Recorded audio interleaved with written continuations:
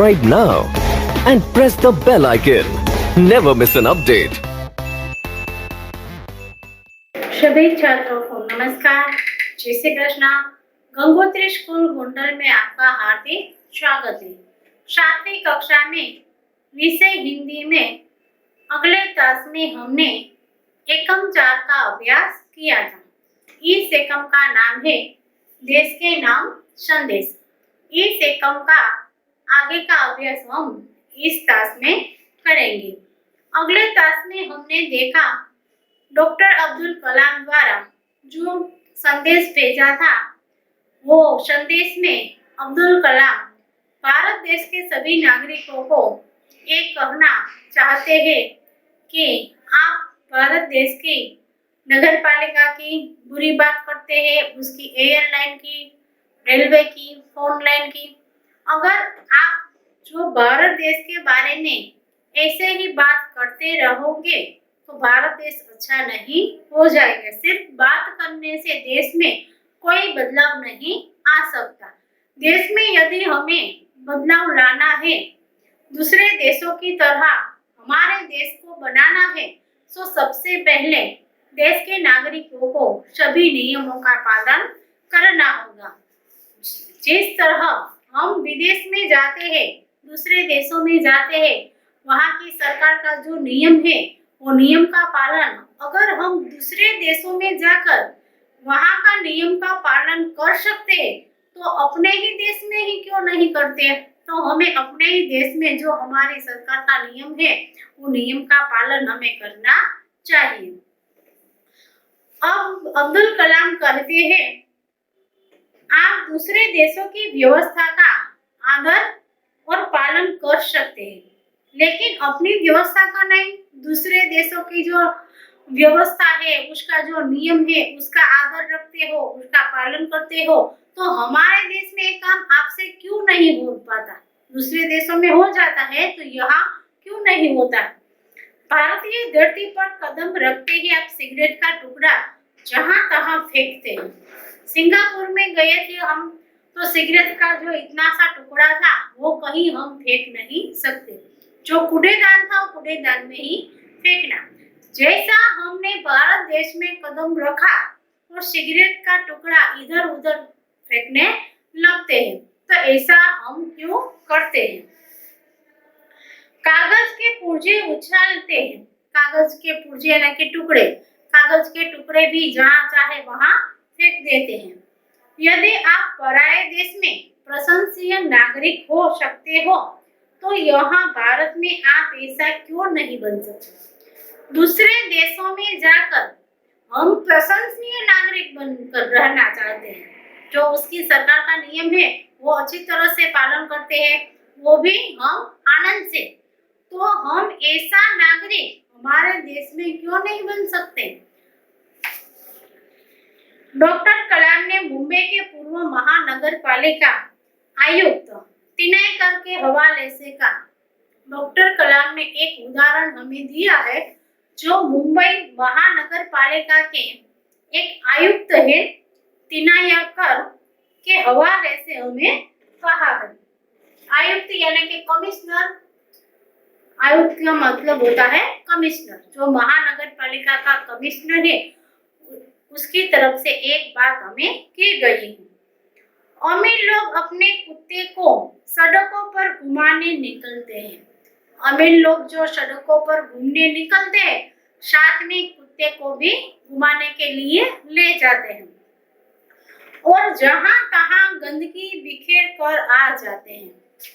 कुत्ते को साथ में ले जाते हैं घुमाने के लिए और कुत्ता जहां तहां गंदगी कर चला आता है। फिर वही लोग सड़कों पर गंदगी के लिए प्रशासन पर दोष ढूंढते हैं। अमीर लोग घूमने के लिए सड़कों पर जाते हैं, अपने कुत्ते को साथ में ले जाते हैं, कुत्ता जहां तहां गंदगी कर आता है। फिर वही लोग जिसके कुत्ते ने गंदगी की है, वही लोग हमारे नगर पालिका को दोष ढूंढते हैं। हमारे प्रशासकीय, हमारे नगर पालिका का दोष देती है कि नगर पालिका कहीं से कचरा नहीं उठाती है। क्या वे उम्मीद करते हैं कि वे जब भी बाहर निकलेंगे तो एक अधिकारी झाड़ू लेकर उनके पीछे पीछे चलेगा? तो ये सब लोग ऐसी उम्मीद करते हैं कि जो लोग बाहर निकलते हैं तो हमारे नगर पालिका के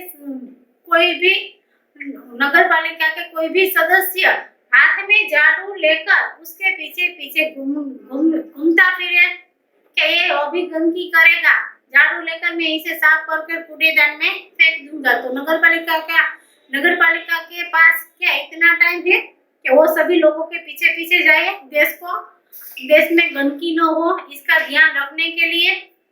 ये बात योग्य नहीं है। झाड़ू लेकर उनके पीछे पीछे चलेगा और जब उनके कुत्ते को आदत लगेगी तो वह एक कटोरा उसके पीछे लगाएगा। हमारी नगर पालिका के पास इतना टाइम है कि जो अमीर लोग बाहर जाए तो उसके पीछे पीछे झाड़ू लेकर वो जाए और उसके कुत्ते को जब हाजत लगेगी तो हमारा जो सदस्य है वो कटोरा लेकर उसके पीछे चलेगा। तो ऐसा करे तो गंदगी न हो, लेकिन ऐसा टाइम किसी के पास नहीं है और ये बात योग्य भी नहीं है। राष्ट्रपति ने मिसाइल दी कि अमेरिका और जापान में कुत्ते के मालिक को उसकी छोड़ी हुई गंदगी साफ करनी पड़ती है। राष्ट्रपति हमें ये समझाते हैं कि अमेरिका और जापान जैसे देशों में जो अमीर लोग अपने साथ कुत्ते को ले जाते हैं घूमने के लिए और उसका कुत्ता जहाँ पे गंदगी छोड़ता है वो गंदगी कुत्ते के मालिक को साफ करनी पड़ती है, इसलिए उसका देश इतना साफ सुथरा रहता है। फिर शासन व्यवस्था के बारे में डॉक्टर कलाम ने कहा कि हम सरकार चुनने के लिए वोट डालने जाते हैं, हमारी सरकार को हम ही चुनते हैं। भारत देश की जो सरकार है वो देश के लोगों ही देश की सरकार को पसंद करते हैं, नियुक्त करते हैं और अपनी सारी जिम्मेदारियां भी वही उलट जाते हैं। जब हम वोट डालने जाते हैं देश की सरकार को चुनने के लिए वोट डालते हैं, जो नेता हमें अच्छा लगता है उसे हम वोट देते हैं, लेकिन वोट डालने के साथ साथ सारी की सारी जिम्मेदारियां हम उस पर छोड़ देता है। अब मैंने वोट दे दिया उसे, वो प्रधानमंत्री बन गया, वो सुधराई सभ्य बन गया, अब सारा काम वो देखेगा, वो करेगा, हमें कोई फुर्सत नहीं है उसके काम में हाथ बटाने की। हम ऐसा सोचकर वोट डालकर चले आते हैं, बिंदास होकर रहते हैं, कुछ काम में उसकी मदद नहीं करते और अपनी सारी जिम्मेदारियां भी वही उलट आते हैं। हम आराम से बैठकर सोचते हैं कि अब हमारे नाज नखरे उठाए जाएंगे, कारण कि हमें जो सरकार पसंद थी उसी को हमने वोट दिया, अब हम नाज नखरे उठाएंगे, हम मन में चाहे जो चाहे वो करते हैं, अब हमने रोकने वाला कहने वाला कोई नहीं है, ऐसा हम सोचने लगते हैं। हम सोचते हैं कि हमारा हर काम सरकार करेगी और हम फर्श पर पड़ा हुआ रद्दी कागज उठाकर उसे कूड़ेदान में डालने की जहमत तक नहीं उठाएंगे। हम यही सोचते हैं सरकार को नियुक्त करके हमारे फर्ज सिर्फ इतनी ही नहीं है कि हमें सरकार को वोट देना चाहिए, हमें हमारे जो सरकार हमें पसंद करनी है उसे वोट देकर हमारी फर्ज पूरी नहीं हो जाती। वो नियुक्त हो गए तो वो देश के लिए कैसा काम करते, उसके काम में हमें हाथ बटाना है, उसकी सहाय करनी है, उसकी मदद करनी है। यह नहीं कि सड़क पर कोई भी रद्दी कागज का टुकड़ा पड़ा हो तो इसे उठाकर हम डस्टबिन में डाल दे, ऐसी फुर्सत हम कभी भी नहीं करते। हम ऐसे सोचते हैं कि ये काम हमारा नहीं है, गंदगी हम करते हैं, कचरा इधर उधर हम फेंकते हैं, फिर भी हम ऐसा नहीं विचारते कि ये कचरा मैंने किया तो इसे उठाकर मैं डस्टबिन में कूड़ेदान में डाल दूं। हम कचरा फेंकने को ही हमें कचरा फेंकना है तो फेंक दिया, सरकार को उठाना है, सरकार नहीं उठाती तो हम कुछ भी ये कागज का टुकड़ा उठाकर डालते नहीं है, सब हम सरकार पर छोड़ देते हैं। रेलवे हमारे लिए साफ सुथरे में बाथरूम देगी और हम उन्हें ठीक से इस्तेमाल करना भी नहीं सीखेंगे।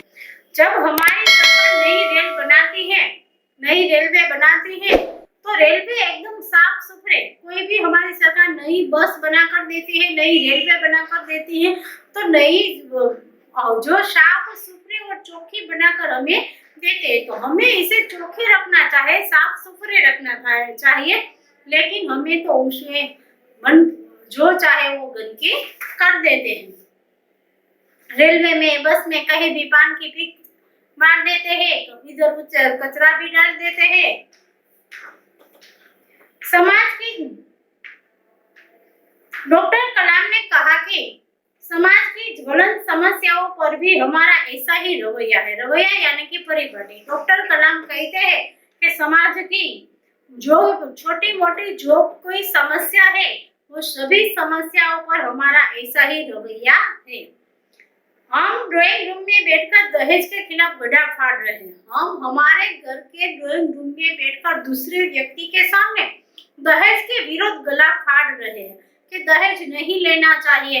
दहेज का मतलब होता है कि जो दिकरे वाले को जो रकम देते हैं वो दहेज कहा जाता है, निर्धारित की हुई रकम।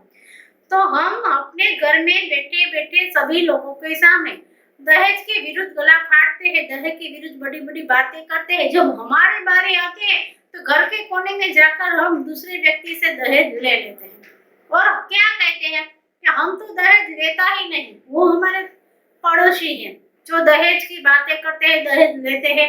हम तो दहेज लेते ही नहीं। अगर ले लेते हैं दहेज फिर भी ऐसा सोचते हैं पूरी दुनिया दहेज लेती है, अगर मैं नहीं लूं तो इसमें कोई फर्क नहीं पड़ता, पूरी दुनिया लेती है, ऐसा सोचकर हम दहेज ले लेते हैं। अपने घरों में इसका उलट करते हैं और बहाना देखिए पूरी व्यवस्था ही खराब है। अगर मैं अपने बेटे की शादी में दहेज नहीं लूंगा तो इसमें कोई बड़ा फर्क नहीं पड़ता, ऐसे सोचकर हम दहेज ले लेते हैं। राष्ट्रपति ने इस संदेश में पूछा, इस व्यवस्था को बदलेगा कौन? मैं ऐसा कहूंगा कि मैं दहेज ले लूं तो कोई फर्क नहीं पड़ता, वो ऐसा कहते हैं कि मैं दहेज ले लूं तो कोई फर्क नहीं पड़ता। तो फर्क पड़ना है जब देश के सभी लोग ऐसी बात सोचेंगे, विचारेंगे, दहेज लेना बंद करेंगे, तभी फर्क पड़ना चाहिए। तो ऐसी व्यवस्था को कोई भी बदल नहीं सकता। यह व्यवस्था है किसकी? आप आसानी से कह देंगे व्यवस्था में शामिल है हमारे पड़ोसी, आसपास के घर, अन्य शहर, अन्य समुदाय और सरकार।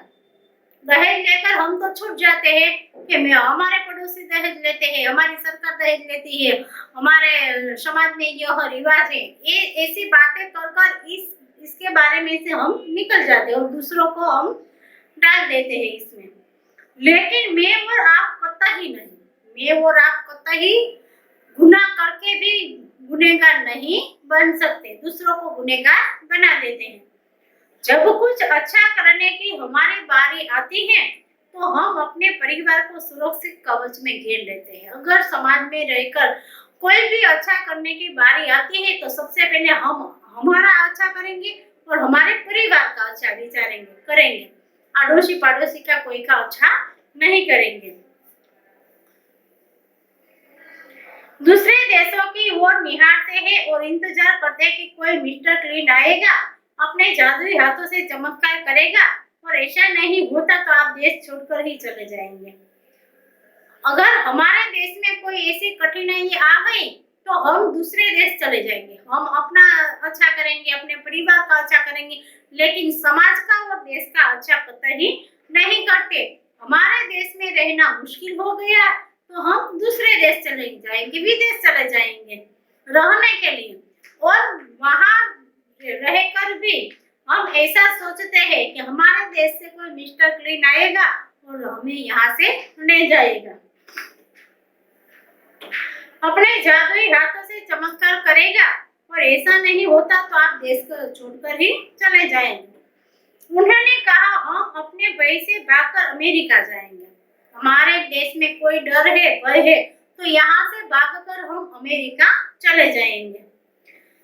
उनके गौरव का गुणगान करेंगे। अमेरिका का जो सरकार का नियम है वो उसी नियम का हम गुणगान करेंगे और अच्छी तरह से उसका नियम का हम पालन करेंगे।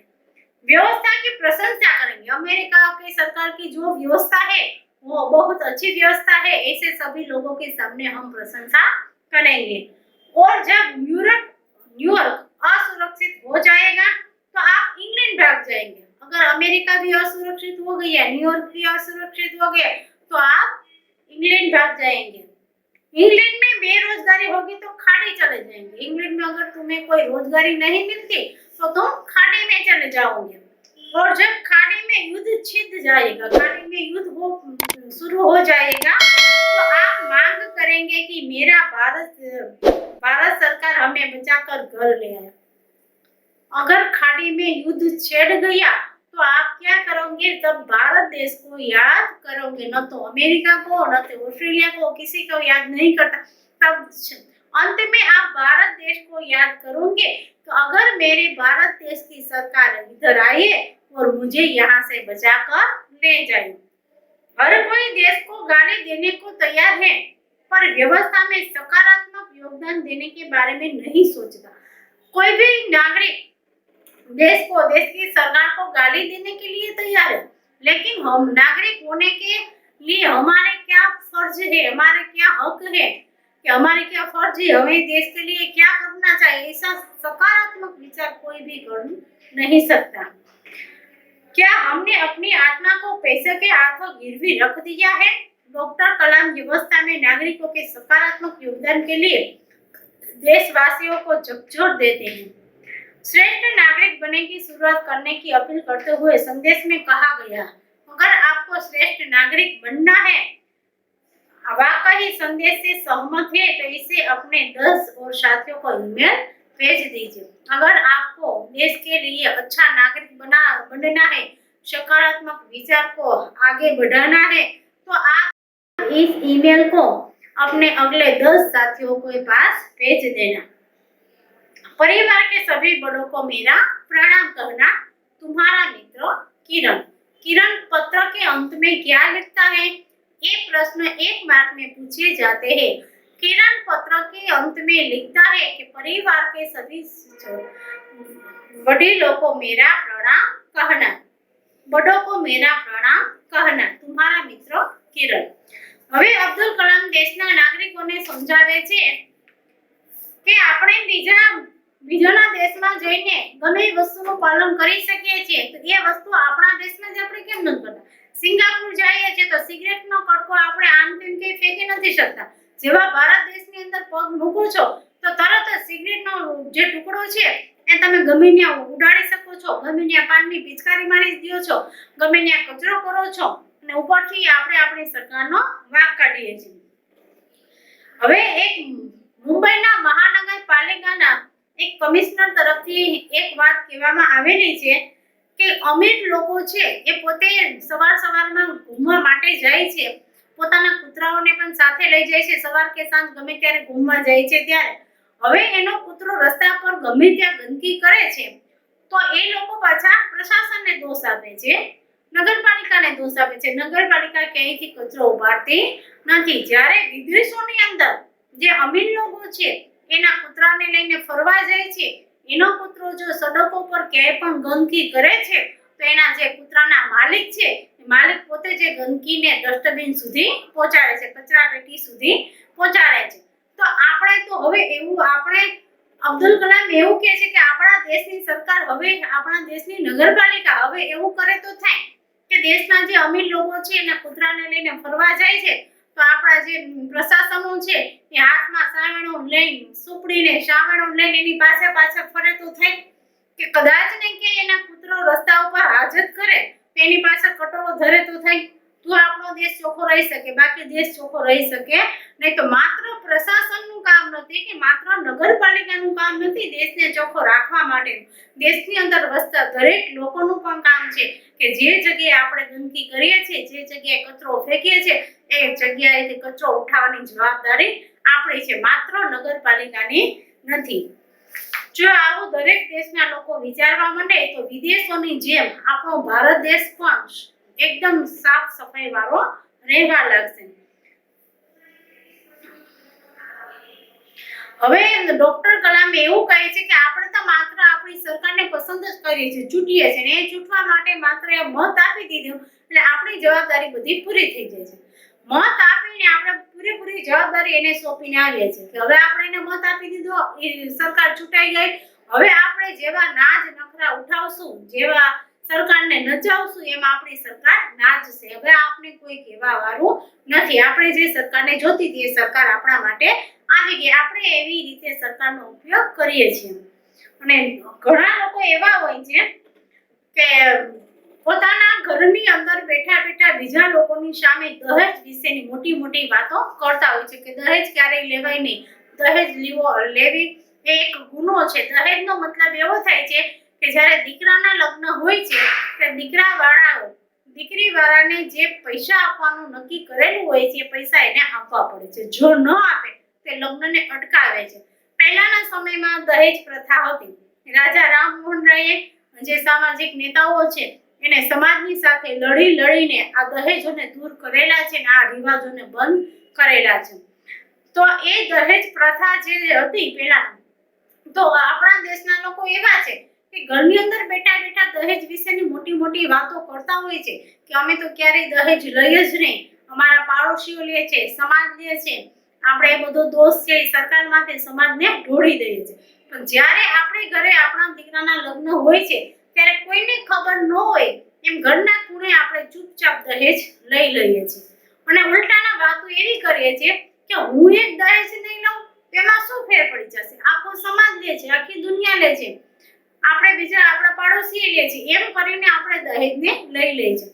તો જો આ બધી વ્યવસ્થાને આપણે બંધ કરશું, આવા નિયમોને આપણે બંધ કરશું તો જ થશે. નહીં કે હું કે તમે નહીં, પણ દેશની અંદર રહેતા દરેક લોકો આવું વિચારશે તો જ દેશની અંદરથી આવા કુરિવાજો છે બધા દૂર થશે. ત્યાર પછી કલામ એવું કહે છે કે આપણે બીજા સમુદાયની અંદર કોઈ પણ સમાજની અંદર કોઈ પણ પરિસ્થિતિ આપણે ઊભી થઈ છે આપણા દેશની અંદર, તો સૌથી પહેલા આપણે આપણું ધ્યાન રાખશું, આપણા પરિવારનું ધ્યાન રાખશું. નહીં આપણે પાડોશીનું ધ્યાન રાખી, નહીં સમાજનો વિચાર કરી કે નહીં દેશનો વિચાર કરી. અને આપણા દેશની અંદર આપણે રહેવાનું મુશ્કેલ થઈ જશે તો આપણે વિદેશોની અંદર રહેવા ચાલ્યા જશું. અને એ સમયે આપણે વિદેશોની જે નિયમો છે એના ગુણગાન ગાશું અને ખૂબ જ પ્રશંસાથી એ નિયમોનું પાલન કરશું. ત્યાંની સરકાર બહુ સારી છે, ત્યાંના નિયમો બહુ સારા છે, ત્યાંનો દેશ બહુ સારો છે, એવી વાતો કરવા લાગશું. આમ છતાં આપણે અમેરિકામાં જો ડોલર ઊભો થશે તો ન્યુયોર્કમાં જાશું, ન્યુયોર્કમાં એવું લાગશે તો ઇંગ્લેન્ડ ચાલ્યા જાશું, ઇંગ્લેન્ડમાં પણ રહેવાનું મુશ્કેલ થઈ જશે તો આપણે ખાડી ચાલ્યા જશું. અગર ખાડીની અંદર કોઈ યુદ્ધ ચાલુ થઈ જશે તો આપણે છેલ્લે આપણા ભારત દેશની સરકારને યાદ કરશું કે અત્યાર સુધી આપણે ભારત દેશની સરકારની જે વાતો જ ખરાબ કરેલી છે, તો અંતના સમયે આપણે આપણા ભારત દેશની સરકારને યાદ કરશું કે આપણા ભારત દેશની સરકાર આવે અને અમને અહીંથી લઈ જાય, અમને અહીંથી બહાર કાઢે, આ મુશ્કેલીમાંથી બહાર લઈ જાય. એવી રીતે છેલ્લે આપણે ભારત દેશને યાદ કરીશું. એટલા જ માટે દેશવાસીઓના દરેક લોકોને અબ્દુલ કલામ કહેવા માંગે છે કે આપણે તો પૈસા માટે આપણી જાત છે ને જાતને ગીરવે મૂકી દીધી છે પૈસા માટે. જો તમે બીજા દેશની અંદર જેવી રીતે રહો છો એવી જ રીતે તમે ભારત દેશ તમારો છે, આપણો જ દેશ છે અને આપણા દેશમાં આપણે કઈ રીતે રહેવું જોઈએ, કેવા નિયમોનું પાલન કરવું જોઈએ, આપણી ફરજ શું છે દેશને અર્પણ કરવા માટેની, એ આપણી ફરજને આપણે નિભાવવી જોઈએ.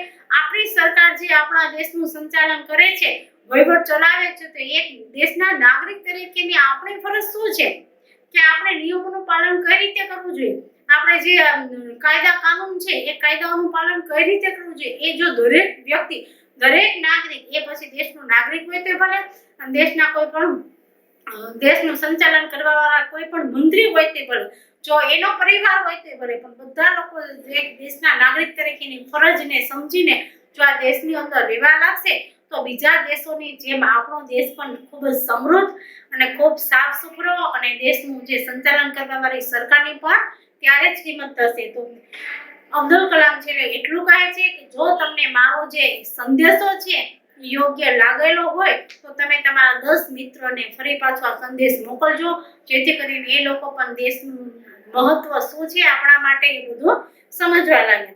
પત્રને અંતે किरण लखे छे हर्ष ने, परिवार के सभी बड़ों को मेरा प्रणाम। एक मार्क में पूछा कि तारा परिवार ना बधा वडीलों ने मारा प्रणाम कहजे, तारो मित्र हर्ष।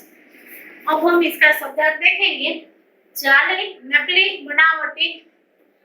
फर्श तो जमीन, व्यवस्था तो प्रबंध, इंतजाम, जहमत तो तकलीफ, पुर्जा तो टुकड़ा, इस्तेमाल उपयोग, पराया दूसरा, अन्य स्खलन मुख्य, आयुक्त तो कमिश्नर, रवैया तो परिपाटी, उम्मीद आशा, फर्क अंतर, अन्य तो दूसरा, हाजत मल विसर्जन, समुदाय समूह, मिसाल तो उदाहरण, कतई तो बिल्कुल, मुहावरे नाच नखरे उठाना खुशामद करना, गला फाड़ना जोर जोर से बोलना।